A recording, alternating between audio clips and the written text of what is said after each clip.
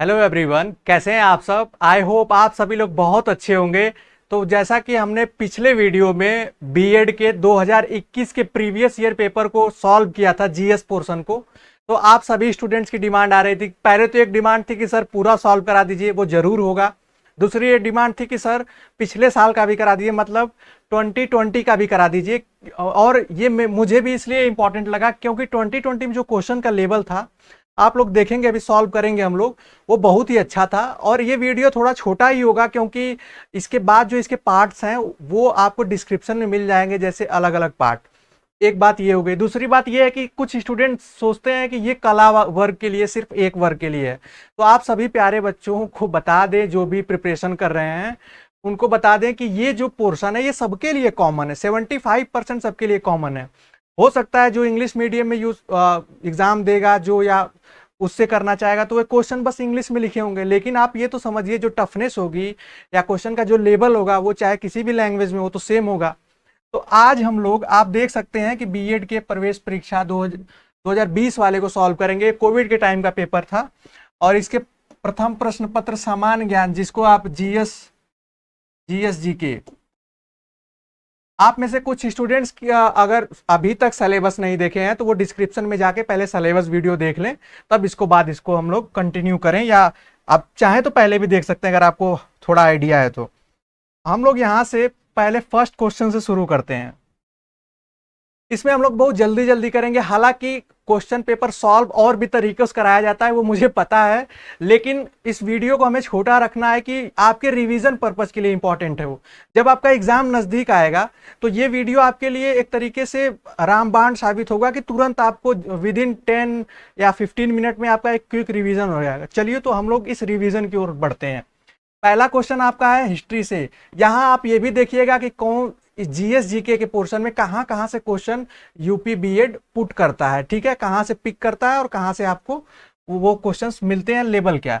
तो यहाँ पे लिखा है कि मुगल बादशाहों में से किसने अपनी आत्मकथा जो थी वो फारसी में लिखी। देखिए इसका मतलब है कि एक तो पहले सिंपली आत्मकथा से आता था तो वो आसान हो जाता था किसकी कौन सी आत्मकथा है। यहाँ लैंग्वेज से आया है, तो जहांगीर जो था, जहांगीर ने फारसी में लिखी थी अपनी आत्मकथा और वो बहुत फेमस भी हुई थी, इसलिए आप लोग इसको याद रखेंगे। दूसरा है दिल्ली का प्रथम मुस्लिम शासक कौन था, तो वो था कुतुबुद्दीन ऐबक, जिसे गुलाम गुलाम सल्तनत आप पढ़े होंगे इतिहास में, हिस्ट्री में, तो ये आपको पहले मिलता है। सदिश राशि क्या, सदिश का मतलब वेक्टर और स्केलर। जो भी इंग्लिश मीडियम के स्टूडेंट्स हैं वो परेशान नहीं होंगे, जहां जरूरत पड़ेगी मैं आपको बाइलिंगुअल बताते चलूंगा। तो वो प्रेशर है, प्रेशर का बल नहीं है। बाकी सदिश राशि है जिसमें एक दिशा भी होती है क्योंकि प्रेशर एक निश्चित दिशा में लगता है, और बाकी जो है वो अदिश राशियां हैं, ठीक है। इसके बाद आइंस्टीन जो थे उनको नोबेल पुरस्कार मिला था, पूछा गया वो किस फील्ड में मिला था। आप सभी को पता है कि जो उन्हें अवार्ड दिया गया था नोबेल, वो था सापेक्षता के सिद्धांत में, रिलेटिविटी का जो कंसेप्ट उन्होंने दिया था, जिस इसी से एक फॉर्मूला इमर्ज हुआ था, E equal to MC square. तो इसका राइट आंसर ये हो जाएगा। उसके बाद हम लोग यहाँ देखते हैं पांचवें क्वेश्चन को। भारतीय संविधान में राज्य के नीति निर्देशक तत्व जो DPSP हैं वो कहाँ से ली गई हैं, किस देश की संकल्पना है। तो आपको बता दें ये आयरलैंड नामक देश से हमारे संविधान बनाते समय यहाँ से उस कंसेप्ट को उठाया गया है। और एक और फैक्ट है कि आयरलैंड ने उस चीज को स्पेन देश से लिया। स्पेन का आप नाम सुने होंगे, तो पहले स्पेन से आयरलैंड ने कॉपी किया, फिर आयरलैंड से हम लोगों ने कॉपी कर लिया। ये एक फैक्ट आप याद रखिएगा। और इसमें से निम्नलिखित में से राष्ट्रपति किसकी नियुक्ति करता है, तो यहाँ आप देखेंगे तो इन तीनों की नियुक्ति जो है वो राष्ट्रपति ही करता है, आप पढ़ लीजिएगा आराम से। सातवां, भारत में श्वेत क्रांति का जनक कौन है, तो V कुरियन है। पिछले हमने 2021 वाले में आपने देखा हरित क्रांति का जनक पूछा था, इसका मतलब है एक आध क्वेश्चन इससे जरूर बनता है। यहाँ भाखड़ा नांगल बांध परियोजना, ये बहुत ही इंपॉर्टेंट परियोजना है। इसके बहुत बांध नदियां ये वाला जो है इससे भी क्वेश्चन आते हैं, तो इसका राइट आंसर जो होगा वो सतलज नदी है जो पंजाब में है। इसके बाद हम लोग देखते हैं, देखिए जो अंतरराष्ट्रीय संगठन है उससे भी क्वेश्चन आपको यहां दिखेंगे।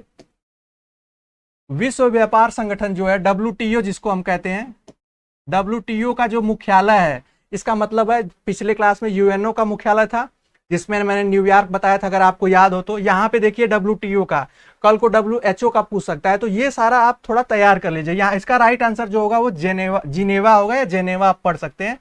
मोहिनी अट्टम जो परंपरागत नृत्य है वो केरल का है। अब ये जो बाकी ऑप्शन है, इनके जो नृत्य हैं, जो इनके क्लासिकल डांसेस हैं, उसको आप याद रखें, उसका नोट्स बनाएं, ये ज़्यादा बेटर होगा। 24वें जो शीतकालीन ओलंपिक खेल का आयोजन था वो कहाँ हुआ था, तो वो बीजिंग में हुआ था, ये आप ध्यान रखिएगा। ये 11 तक हुआ। अब हम लोग काफ़ी जल्दी जल्दी देख लेते हैं, 12वां देख लेते हैं कि जो आगरा शहर है, आगरा शहर की स्थापना जो थी वो किसने की थी, तो वो सिकंदर लोधी ने की थी, ये ध्यान रखिएगा। अकबरनामा किसने लिखा था, तो ये अकबरनामा जो थी वो अकबर की जीवनी है, ये लिखी थी अबुल फजल ने, ठीक है। सेकेंड पेंडुलम का आवर्तकाल जो है, ये जो थोड़े साइंस से क्वेश्चन है, तो जो इसका आवर्तकाल होता है वो 2 सेकेंड होता है, ठीक है। आवर्तकाल मतलब होता है कि एक जगह से दूसरे जगह तक जो पेंडुलम होती है, अब जो लोग पढ़े होंगे उनको पता होगा। हाइड्रोजन बम आधारित है, आपको पता है कि ये नाभिकीय संलयन जो फ्यूजन और फिजन होता है उस पर क्वेश्चन है, तो ये संलयन इसका राइट आंसर होगा। जो नाभिकीय विखंडन होता है इस पर आधारित होता है परमाणु बम, ठीक है। जो एटम बम होता है वो इस पर बेस्ड होता है, इस फॉर्मूले पर। 15वां का राइट आंसर जो होगा वो होगा आपका नाभिकीय संलयन, ठीक है। मौलिक अधिकारों के अंतर्गत कौन सा अनुच्छेद बच्चों के शोषण से संबंधित है, मतलब उनको रोकता है, जैसे बलात् श्रम हो गए, जबरदस्ती श्रम कराना 14 वर्ष से, तो ये सब अनुच्छेद जो आर्टिकल 24 में मिलता है, तो राइट आंसर उसका ऑप्शन डी हो जाएगा। बांदीपुर जो है ये नेशनल पार्क है, ये कहाँ स्थित है, आप ये ध्यान दीजिएगा कि नेशनल पार्क से 1 या 2 क्वेश्चन बनते हैं। पिछले में हमने जिम कार्बेट का पढ़ा था 21 में, याद करिएगा आप पिछले वाले को भी, इसीलिए ये रिवीजन काफी इंपॉर्टेंट हो जाता है एग्जाम के लिए, बीएड के लिए। तो ये कर्नाटक होगा। अब यहां देखेंगे हम लोग नई शिक्षा नीति को, देख लेते हैं 19। नई शिक्षा नीति 2020 से पहले कब भारत में शिक्षा नीति बनी थी, ये बहुत ही इंपॉर्टेंट क्वेश्चन है। आपको बता दें कि इससे पहले जो थी, हालांकि एक फैक्ट आप लिख लीजिएगा, 3 शिक्षा नीति बनी है। एक 1968 में बनी है, दूसरी 1986 में बनी है, फिर इसके बाद एक 1992 में जो बनी थी वो इसी में संशोधन किया गया था, थोड़े अमेंडमेंट्स किए गए थे, और फाइनली जो थी वो 2020 में बनी है। तो क्वेश्चन देखिए यहाँ लिखा है कि नई शिक्षा नीति 2020 से पहले कब भारत में बनी थी, तो वो इसका राइट आंसर जो हो जाएगा वो 1986 हो जाएगा, क्योंकि इसमें अगर 1992 दिया रहता है तो वो उसका राइट आंसर होता। यहाँ पे आप देखेंगे यहाँ पे वही है, नई शिक्षा नीति 2020 जो है वो निम्न में से किस कमेटी की सिफारिश की गई थी, और जो उसके अध्यक्ष थे इसके, तो वो डॉक्टर कस्तूरी रंजन थे, इसका नाम आप जानते होंगे। नीति आयोग से देखिए क्वेश्चन है, इसके पदेन अध्यक्ष कौन होते हैं, प्रधानमंत्री होते हैं। ये नीति आयोग वही जो प्लानिंग कमीशन था, योजना आयोग, उसको बदलकर नाम बदल कर रखा गया था। और यहाँ ओलंपिक खेलों से, ओलंपिक से क्वेश्चन आपका जरूर आता है, तो लिखा है 2020 और 21 वाला कब होंगे, ये 2020 में था, अब हो चुके हैं, आपको पता है ये टोक्यो में हुए हैं। निम्नलिखित में से किसने दिल्ली में खगोलीय वेधशाला, जिसे जंतर मंतर कहते हैं, बनवाई थी, तो वो जयसिंह द्वितीय थे, इन्होंने ही जंतर मंतर बनवाई थी। जंतर मंतर आप आज के टाइम में सबसे ज्यादा वहाँ विरोध होते हैं तो लोग वहीं जाते हैं, तो उससे भी आप मीडिया में उसका नाम रहता है जंतर मंतर, ठीक है। अब हम लोग देख लेते हैं 24वें क्वेश्चन को। भगवान बुद्ध ने अपना पहला उपदेश कहाँ दिया था, तो इसका राइट आंसर आप सभी लोग जानते हैं, सारनाथ, जिसका पुराना नाम ऋषिपत्तनम है, ठीक है। उसके बाद विटामिन बी जो B1 की कमी से होता है, देखिए यहाँ थोड़ा सा लगेगा डिफिकल्ट है लेकिन ऐसा नहीं है। B1 का जो साइंटिफिक नेम है वो थायमीन है, थायमीन की कमी से होता है बेरी, ठीक है। सेल्सियस और जो फ़ारेनहाइट है, जो थर्मोमीटर में दोनों ताप का प्रेक्षण जो समान होता है, जबकि ताप का मान, ये पूछा है -40 डिग्री पे फ़ारेनहाइट और सेल्सियस दोनों का जो होता है वो वैल्यू सेम आती है। इसका एक फॉर्मूला है F-32/9 = C/5। इसी फॉर्मूले पे हम लोग इसको निकाल सकते हैं और इसमें चेंज भी कर सकते हैं सेल्सियस को फ़ारेनहाइट में। उसके बाद आप देखेंगे 27वां क्वेश्चन है, प्रथम स्पीकर जिसके खिलाफ लोकसभा में अविश्वास प्रस्ताव लाया गया था, तो वो थे जीवी मावलंकर। इनके खिलाफ प्रस्ताव लाया गया था, पहले स्पीकर थे ये। उसके बाद आप देखेंगे 28वां, लोकसभा द्वारा विचारार्थ भेजे गए वित्त आयोग के अधिकतम जो कितने समय तक रोके जा सकते हैं। जब लोकसभा कुछ भी भेजती है विचार करने के लिए, खासकर वित्त से चीजें जो मनी बिल कहते हैं, तो वो मैक्सिमम 14 दिन तक राज्यसभा उसको रोक सकती है और उस पर विचार कर सकती है। उससे अगर वो नहीं करती है तो वो पास हो जाता है, पास मान लिया जाता है। यहां पे आप देखेंगे,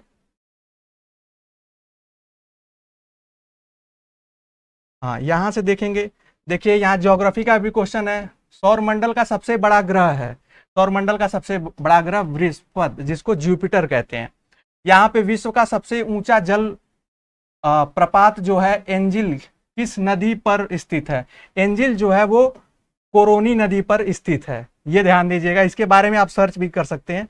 14वें वित्त आयोग के अध्यक्ष थे, हुए थे वाई वी रेड्डी थे। इनका नाम आप याद रखेंगे। इसका मतलब है कि ये जो वित्त आयोग से क्वेश्चन है, इससे इसके अध्यक्ष का नाम काफी इंपॉर्टेंट है, नोट्स बना लीजिए अभी से आप लोग। अगला क्वेश्चन है, आप देख सकते हैं 32 नंबर है, नई शिक्षा नीति जो 2020 की बनी है उसका जो मॉडल है वो बताना है। तो ऑप्शन देखिए, ये काफी इंपॉर्टेंट है क्योंकि नई शिक्षा नीति से बीएड में जरूर 1-2 क्वेश्चन आने हैं। तो यहाँ पे जो ये मॉडल है 5+3 मतलब प्राइमरी, फिर उसके जो मिडिल में 2 डिवाइड कर दिया गया +4, ये वाला ऑप्शन जो है ये राइट होगा सी। और इसको आप लोग ध्यान से देख लीजिए और समझ लीजिए। 33वां जो है, स्वतंत्रता के बाद भारत में अब तक कितनी बार जो है शिक्षा नीति सरकार लागू कर चुकी है? तो मैंने आपको पहले ही बताया कि एक 1968 में पहली आई, फिर 86 में आई, फिर 2020 में आई। एक संशोधित भी थी लेकिन उसको हम लोग नहीं कैलकुलेट करते हैं। तो टोटल अगर ऐसे देखा जाए काउंटिंग पर्सपेक्टिव से तो वो हो गया, इसका राइट आंसर बी हो जाएगा 3। और यहाँ पे आप 55वां 34 क्वेश्चन नंबर 34 देख सकते हैं आप।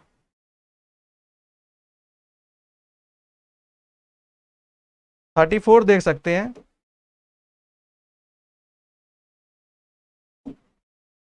पचपनवा जो ज्ञानपीठ पुरस्कार 2019 में किसको प्रदान किया गया है? पहली बात तो इसको सॉल्व करने से पहले ही मैं आपको बता दूं, आप जो इस बार का हुआ होगा, जो 2020 का हुआ होगा उसको याद कर लीजिएगा, क्योंकि 2021 का आप याद कर लीजिएगा, 22 में होने जा रहा है एग्जाम। तो इसका जो राइट आंसर होगा वो होगा नंबूदरी जी को, इनको मिला था 55वां ज्ञानपीठ पुरस्कार। ठीक है, 35वां क्वेश्चन देख लेते हैं। 19वें जो एशियाई खेल 2020 का आयोजन किस देश में होगा? इसका मतलब है कि इस बार हो सकता है एग्जाम में 2024, 2025 के भी जीके जीएस आ सकते हैं कि कुछ ऐसे खेलों को लेकर। इसका राइट आंसर चीन है। ठीक है, ये चीन में होना है। और 36वां देख सकते हैं, भारतीय राष्ट्रीय कांग्रेस का सर्वप्रथम जो मुस्लिम अध्यक्ष थे वो कौन थे? तो ये बहुत ही सिंपल है, बदरुद्दीन तैयबजी थे। इनका नाम आप लोग याद रखिएगा। अब हम लोग यहां से देख लेते हैं, हाँ यहां से देख लेते हैं। सर्वेंट ऑफ इंडिया जो थे, सोसाइटी के संस्थापक कौन थे? तो वो थे गोपाल कृष्ण गोखले। ठीक है, गोपाल कृष्ण गोखले जी। 38वां देख लीजिए, प्रकाश संश्लेषण से संबंधित है। तो ये जो गैसेज हैं आपको यही बताना है कि इसमें कौन सी गैस प्रकाश संश्लेषण मतलब फोटोसिंथेसिस में यूज होती है, तो वो होती है कार्बन डाइऑक्साइड। उसके बाद 39वां देख लीजिए, लार में कौन सा एंजाइम पाया जाता है? तो लार में टाइलिन पाया जाता है। 40वां, भारत के सर्वोच्च न्यायालय के कार्यवाहक मुख्य न्यायाधीश की नियुक्ति कौन करता है? तो ऐसे जो प्रमुख पद हैं उनके मैक्सिमम जब ऐसे क्वेश्चन आए तो राष्ट्रपति जो होगा वो आप कह सकते हैं कि वो 90% जो होगा वो राष्ट्रपति ही ऑप्शन सही होगा। तो ये एक आपको जनरल आइडिया होना चाहिए। 41वां क्वेश्चन देख लीजिए, किस संविधान संशोधन में शिक्षा का अधिकार प्रदान करने वाला एक नया अनुच्छेद जोड़ा गया था? 21A। तो ये 86वें जो संविधान संशोधन हुआ था, 86th कॉन्स्टिट्यूशनल अमेंडमेंट, वो इसका राइट आंसर आप देख सकते हैं। यहां आप देखेंगे कालाहारी मरुस्थल किस देश में स्थित है? तो वर्ल्ड से भी आ रहा है, वर्ल्ड ज्योग्राफी से भी क्वेश्चन, बड़ी नदियां, बड़े मरुस्थल, बड़े पहाड़, ऐसे नॉर्मल जीके जीएस की बुक में लूसेंट में ये चीजें आपको मिल जाएंगी। तो बोत्सवाना जो है इसका राइट आंसर होगा। हैदराबाद किस नदी के तट पर स्थित है? तो हैदराबाद जो है वो मूसी नदी के तट पर स्थित है। अंतर्राष्ट्रीय मातृभाषा जो मदर टंग जो है वो डे मनाया जाता है, वो 21 फरवरी को मनाया जाता है अंतर्राष्ट्रीय। यहाँ ध्यान दीजिएगा। 21वां जो फीफा फुटबॉल विश्व कप था 2022 का, वो आयोजन किस देश में होगा? देखिए ये 2020 का पेपर है इसलिए यहाँ होगा लिखा है। राइट आंसर होगा कतर। उत्तर प्रदेश को कितने शैस्य जलवायु क्षेत्रों में विभाजित किया गया है? तो ये 9 क्षेत्र हैं। ये कृषि से संबंधित है कि इतने क्षेत्रों में और इन जलवायु में कौन कौन सी फसलें होती हैं। यहाँ आप देख पाएंगे 47वां जो है अखिल भारतीय कांग्रेस की प्रथम महिला अध्यक्ष कौन थी? आप सभी लोग बताइए। बहुत सिंपल क्वेश्चन है और इसका आंसर भी आप में से बहुत से लोग जानते होंगे। तो इसका जो राइट आंसर होगा वो एनी बेसेंट जी होगा। अगर भारतीय पूछेगा तब आप सरोजनी नायडू जी को लगा सकते हैं। इनको जो 1917 में इन्हें अध्यक्ष बनाया गया था। हल्दी घाटी का युद्ध कब लड़ा गया था? देखिए युद्ध से वो बक्सर का युद्ध उसमें था, यहाँ पे हल्दी घाटी है 1576। तो युद्ध से एक क्वेश्चन यूपी बीएड में कंफर्म है। 49वां है सूर्य की ऊर्जा जो उत्पन्न होती है वो किसके द्वारा है? तो नाभिकीय संलयन के द्वारा। C will be the right answer. Nathula दर्रा जो है वो कहाँ है? तो ये सिक्किम में है। तो ये हमने जीके जीएस के पोर्शन को देख लिया। अब आप लोग कहेंगे कि सर हिंदी वाले को करा दीजिए। कराने को मैं करा देता, वीडियो थोड़ी लंबी हो जाती है, तो थोड़े से क्वेश्चन देख लेते हैं क्योंकि कुछ जो इंग्लिश मीडियम से स्टूडेंट्स हैं। और आपको बता दें इसकी जो डिटेल वीडियो होगी इसके आगे की, ये इस वीडियो के डिस्क्रिप्शन में आपको मिल जाएगी और जब आएगी जल्द ही आपको चैनल पे मिलेगी। यहाँ जैसे कुछ देख लीजिए, बहुत सिंपल क्वेश्चन आपको हिंदी में मिलेंगे। पहला है कि गोदान किसका उपन्यास है? तो गोदान आपको पता है प्रेमचंद जी का है। पृथ्वीराज रासो जो है चंद्रबरदाई का है। पृथ्वी का पर्यायवाची जो है वो रत्नगर्भा है। अग्नि का पर्यायवाची शब्द जो है वो है हुताशन। हिंदी दिवस कब मनाया जाता है? 14 सितंबर। साकेत किसकी रचना है? वो मैथिली शरण गुप्त की है। कुछ ऐसे आप यहाँ देख सकते हैं। 9-2-11 का जो मुहावरा है उसका अर्थ क्या है? वो तुरंत भाग जाना है। कमल जो है, कमल का जो पर्यायवाची वारिज है। तो और यहाँ पे रामचरितमानस में कुल कितने कांड हैं? तो कुल 9 कांड हैं। तो ऐसे ही क्वेश्चन आएंगे, बाकी आप देख सकते हैं। और मैं एक बार आपको क्विक दिखा दे रहा हूँ, कुछ ऐसे क्वेश्चंस आपको मिलेंगे। इसकी पीडीएफ आपको डिस्क्रिप्शन में मिल जाएगी। मैं कोशिश करूँगा वहाँ आपको लिंक गिवन होगा आपके डिस्क्रिप्शन में, वहाँ से आप टेलीग्राम चैनल पे मिल जाएगी। ये रीजनिंग है। हम लोग 1 बाय 1 जो होगा इसके बारे में वीडियो लाएंगे, क्योंकि अब आप लोगों को कमेंट्स आते हैं कि सर हमें पूरा वीडियो चाहिए इस पे और पूरे सॉल्यूशन चाहिए। तो जल्द ही हम लोग इस पे वर्क करेंगे। आपको प्लेलिस्ट मिल जाएगी चैनल, आप जाएंगे चैनल के प्लेलिस्ट में तो वहाँ यूपी बीएड से नाम से प्लेलिस्ट हमने बनवा दी है। वहाँ पे आपको यूपी बीएड के सारे कंटेंट मिल जाएंगे। तो आज के लिए इतना ही रखते हैं। आई होप आपको थोड़े समय में मेरे द्वारा बताई गई जानकारी समझ में आई होगी। कुछ चीज़ें जो मैंने ट्रिक्स बताई वो समझ में आई होगी। फिर मिलते हैं नेक्स्ट अपडेट में। तब तक के लिए bye bye, take care and keep watching.